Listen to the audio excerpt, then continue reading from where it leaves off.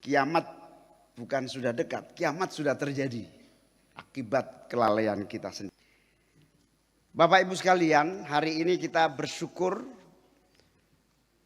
berbahagia bisa bertemu meskipun dalam keadaan duka. Musibah besar terjadi di Aceh, Sumatera, Kalimantan, Jawa sebagian dan Papua.